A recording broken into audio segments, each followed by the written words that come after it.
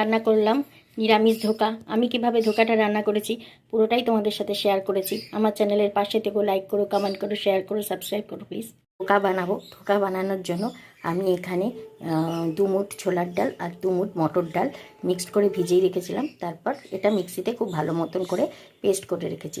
এইবারে আমি এর মধ্যে কী কী দেবো দেখাচ্ছি। এবার পেস্টটার মধ্যে ধনে জিরে গুঁড়ো, হলুদ গুঁড়ো, লবণ, একটু লঙ্কার গুঁড়ো আর মিষ্টি এটা দিয়ে খুব ভালো করে মেখে নেব। দেখো মাখাটা কিন্তু খুব টাইট টাইট হবে, মানে পেস্টটাই খুব টাইট টাইট করতে হবে। কারণ কি, এটা জল জল থাকলে তেলে শুকালেও ধোকাগুলো সব ভেঙে যাবে। তো এবার আমি তেলের মধ্যে হিং ফোড়ন দিয়ে এই ধোকাটাকে তেলের মধ্যে নাড়াচাড়া করব। মধ্যে সর্ষের তেল দিয়েছি আর আমি একটু হিং ফোড়ন দিয়েছি। এবার পেস্টটাকে আমি ঢেলে দেবো। দেখো আমি পেস্টটা ঢেলে দিয়েছি। এবার পেস্টটাকে একটা মন্ড মন্ড বানাতে হবে। দেখো এটা খুব ভালো মন্ড মন্ড হয়ে গেছে। এবার এটা একটা থালার মধ্যে ঘি মাখিয়ে নিয়ে ঢেলে দেবো। ঘি মাখিয়ে ঢাললে তোমার গন্ধটা একটু ভালো হয়।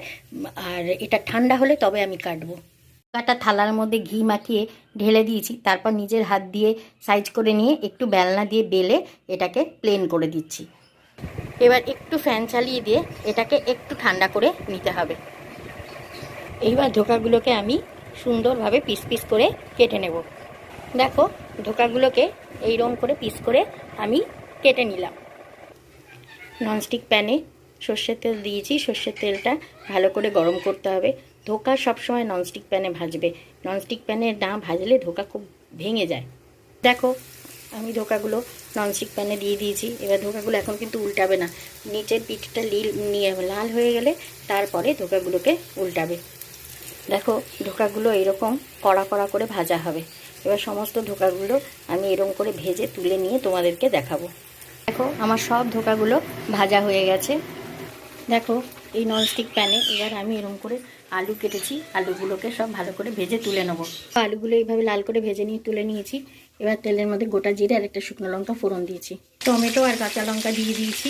এখানে নুন, হলুদ, ধনে গুঁড়ো, জিরে গুঁড়ো আর একটু নকুল দানা দিয়ে দিয়েছি, মিষ্টি। এবার এটাকে মানে ভালো করে খুব কষাতে হবে।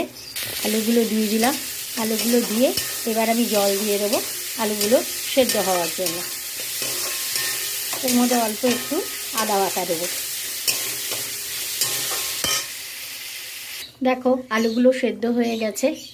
আর আমি এইভাবে ধোকাগুলোকে সাজিয়েছি। ধোকাগুলো দিয়ে কিন্তু ফোটাবো না।